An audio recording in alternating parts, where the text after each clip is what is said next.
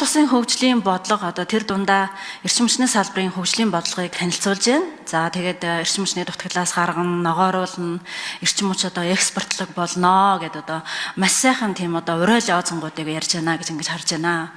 Тэгэхээр хамгийн гол нь одоо энэ уриал оозон энэ одоо зорилтод хэрэгжүүлэхийн одоо хүрхийн тулд ямар одоо наривчсан төлөвөө гаргасан юм бэ? Ямар ажлуудыг хийж ээж энэ хилээд байгаа зорилгуудаа хүрэх гээд байгаа юм бэ? Тэрийг одоо ямар хэмжүүрээр хэмжих гээд байгаа та бүхэн? Ямар хэмжээр одоо хэмжээд тэр зорилгодоо хүрчээ гэж өөрсдөө дүгнэх гээд байгаа юм бэ? Хэдэн жил одоо өмнө ингээ хэрэгжүүлж эхлүүлсэн жишээ нь одоо ингээл Эрдэнэ бүрэн за нэг 10 аймгийн дулааны станц гэдэг бүр айл одоо хэдэн жилийн өмнө одоо эхлүүлсэн төслүүдээ ярьчаал эрчим хүчний салбарт ийм юм хийж байгаа гэл ингээ яриад байдаг. Тэгэхээр эн чинь яг нөө та бүхний тэр зорилго чинь хүрэх юм уу? Эрчим хүчтэй холбоотой нэг юм тодорхой 3 асуултыг асууя. Тэгээ та бүхэн маш анхааралтай сонсож байгаа тодорхой хариулт өгөөч гэж ингэж хүсье. За нэгдүгээр асуудал нь 2025 оны Монгол Улсын хөгжлийн хөтөлбөрт эрчим хүчний салбарыг хөгжүүлэх нийтдээ 35 төрлийн ажил суусан. За энэ ажлаас ердөө 10 ажил одоо улсын төсөвт суусан. За ингээд нийлээд бусад одоо гадны төлөв тусламжаар гэдэг нэг 17 ажил нь буюу 49% ажил нь одоо хөрөнгө оруулалтын тодорхой байгаа. Гэтэл 18 ажил нь хөрөнгө оруулалтын тодорхойгүй. Хизээ яаж хэрэгжүүлэх гэдэг 25 онд.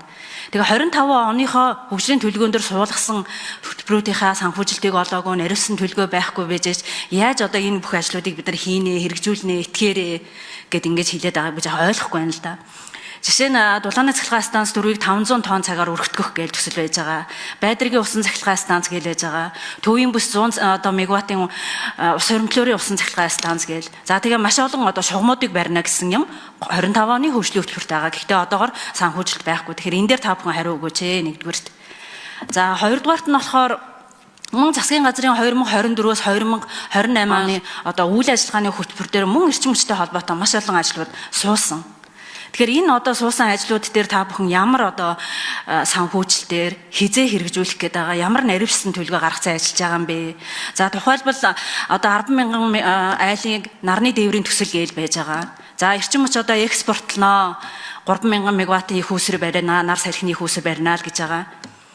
За тэгээд 14 мега төслийн хүрээнд нэг баахан одоо тархмал их үүсвэр сэргээгт эрчим хүчгээ бичсэн байгаа. Тэгвэл яг энэ хүрээнд яг ямар тодорхой ажлуудыг хэрэгжүүлэхээр та бүхэн төлөвлөгөөндөө тусгай яваад байгаа. Мөн одоо энэ аймгийн төвүүдэд дулааны цахилгаан станцуудыг дунд оврын одоо 50-аас 70 мегаваттын дулааны цахилгаан станцуудыг барьж байгуулнаа гэд бас хөтөлбөрт суулгасан. За мөрөн дээр байж 70 заадгал сэлэн сүхбаатар гэд. Тэгэхээр энийг бас та бүхэн яг ямар санхүүжилтээр хизээ хэрэгжүүлэх гэж байгаа юм бэ? Тэр наривсан төлөвлөгөөг чинь сонсомоор байна. За дараагийн нэг юм чухал болохоор 5-7 дулааны цахилгаан станцтай холбоотой. Тэгэхээр энэ одоо тендерийн материалыг хизээ биелэн болгох гэж байгаа. За санхүүжилтийн хувилбаруудыг босруулаад танилцуулнаа гэж байна. Тэгэхээр яг хизээ танилцуулах юм, манай байнгын хороо танилцуулах юм уу? Тэгэхээр та бүхэн мэдж байгаа дэлхий дээрээс одоо нүүрснээс станцаа санхүүжилт олоход тун хүнд. Тэгэхээр энэ нөхцлөөр зарлцгаар чин орж ирэх хүмүүсийн тоо цөөхөн болчин, өрсөлдөөн байхгүй болчин, эцсийн дүндээ хөрөнгө оруулалтыг өсгөж байгаа. Тэгэхээр энэ хувилбарууд чинь хизээ орж ирээ, хизээ тендер зарлах юм бэ? Энийг бас яг тодорхой хариулт өгөөч гэж ингэж хүсэж байна. За бид нар одоо янз бүрээр жичлэгдэж байгаад гадаад зээлийнхаа одоо хэмжээг нэмэгдүүлсэн шүү дээ ингэц гişүнэ. Тэгээд тэр гаднаас авж байгаа зээл тусламжийг ихэнхийг нь эдийн засгийн эрчим хүчний салбарт өгснгийг та мэдж байгаа. Тэгээд тэр байгаа жоохон мөнгийг бүгдийг авцсан хүмүүс ингэж шамлал суугаад тахаар бусад салбаруудаа яах вэ?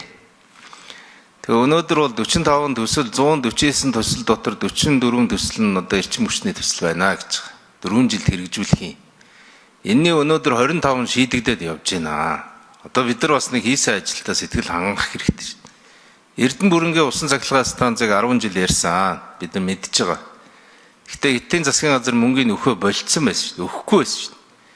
Шанхаад ерөнхий сайд бид нар хамт очиж уулзчиж улс төрийн шийдэлд хүржээж авсан шүү. Энийг одоо юу гэх юм? Бид нар ажил хийсэн гэхгүй юм. Бид нар нэг урагшаа алхачаад алхсан алхамлалтанда ингээд одоо зөв байна. Эрчим хүчний үнийг нэмлээ шүү дээ хараалгаж жагаад. 8 жил хөдөлгөөгүй шүү дээ. Тэгээ энэ алхам биш юм уу? Улаанбаатар хотод дулааны станцууд одоо баригдана. Ашигтай ажиллах боломжийг бүрдүүлээд өгчлөө шүү дээ. Тэгээ энэ ажил биш юм уу? Одоо жишээлбэл дулааны станцыг бид нар барина итэг гэж байгаа нь дулааны их үүсвэрийг хийдэг компаниуд ашигтай ажиллах боломж одоо бүрдсэн учраас бид нар гадны хөрөнгө оруулалт, дотоодын хөрөнгө оруулагчдын хамтарсан хөрөнгө оруулалтаар энэ асуудлуудыг шийдэх гэж байгаа юм. Төр хувийн хвшлийн түншлэлээр шийднэ. Бүх эрчим хүчний их үүсвэрийг төр ганцаараа хийнэ гэдэг үзэл санаанаас холдож байгаа. Реформ гэж энийг хэлж байгаа. Эрчим хүчээ үйлдвэрлэдэг хүмүүс нь олон хөрөнгийн их үүсвэртэй байя. Ийм шийдвэр гарцсан шүү дээ. Тийм учраас энэ хүрээнд бол таны хүсэж байгаа юу тодорхойгүй гэж байгаа 18 төсөл бол ажил хэрэг болоо явчихно. Тэрэнд бол би санаа зовхгүй байгаа. Ягаад гэвэл цоожил сүрэнд энэ чиглэлээр чиглэлийн өгцөн. Даалгавар өгцөн. Жишээлбэл 400 мегаваттыг бол эхний улиралдаа багтаагаад урагшаа явуул гэж цоожил сүрэнд үүрэг өгцөн. Юунаас болоод дампуур улснаа мэдж байгаа тэр сайд. Өнөөдөр энийг хэрхэн ажил хэрэг болгохоо бас мэдж байгаа. Тийм учраас бол бид нар цаг хугацаатай уралдаад хийнэ.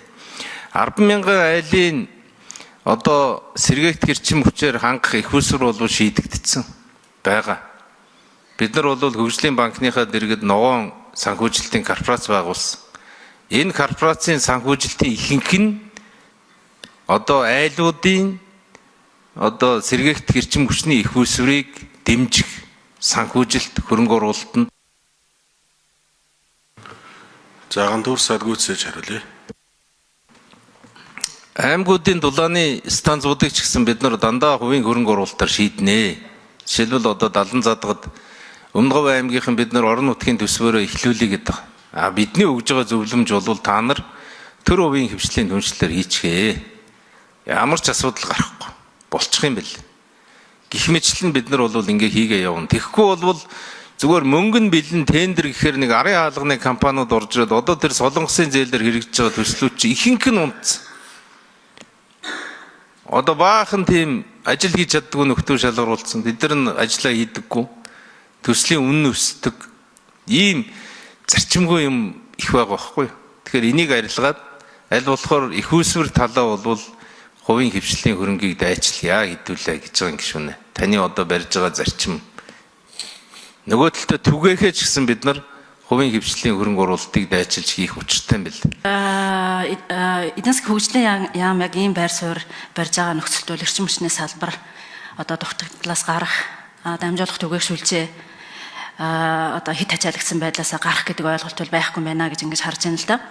За яагаад тэгэхээр би гол нь л яг тодорхой юм асуусан шүү дээ.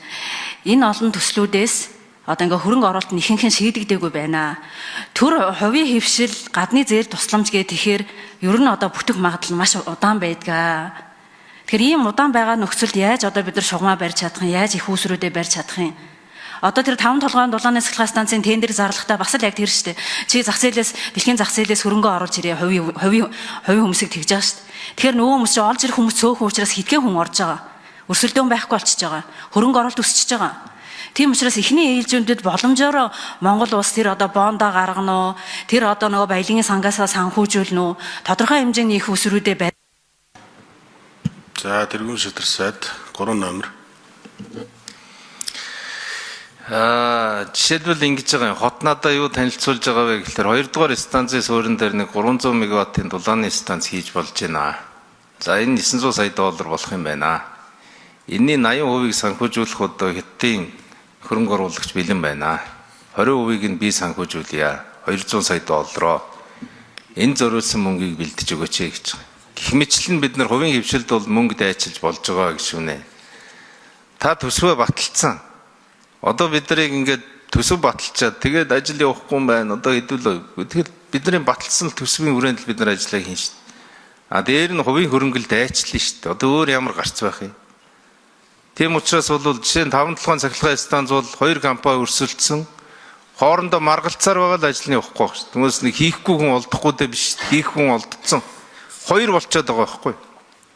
2 компани хийгээд байна. Тэгээ хоорондоо шүүхтэй байна гişүнэ. Тэгэхээр 2025 оны хөгжлийн хөтөлбөр, за дээрэс нь хамтарсан засгийн газрын 24-с 28 оны үйл ажиллагааны хөтөлбөр дээр байгаа ажлууд гэдэг бол яг бодит бид нар ард түмэндээ энэ ажлыг би хийж өгнө гэдээ амлчихсан ажлууд. За тэгэхээр би энэ одоо хоёр хөтөлбөрийг хариуцдаг яамны хувьд би та бүхнээс юу хүсэж байгаа вэ гэхээр бид бүхэн ер нь ард түмж хүсэж байгаа.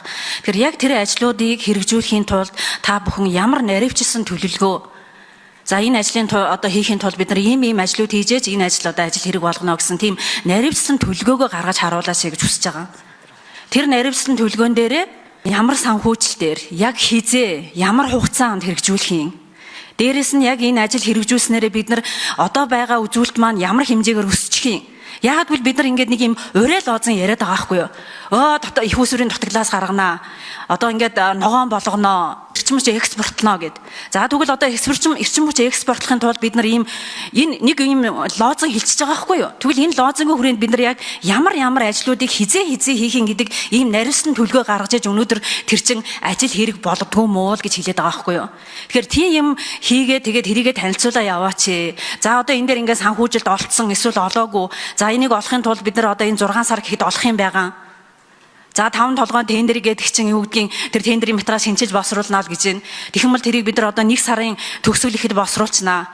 За тэр санхүүгийн загварыг одоо 2 сарын 15 гэхэд загвараа ингээ эцэлчихнэ ч гэдэг юм. Яг ийм хугацаатай ийм төлөвлөгөө, бодиттой төлөвлөгөө бид нарт харуулаач гэж хэлээд байгаа байхгүй.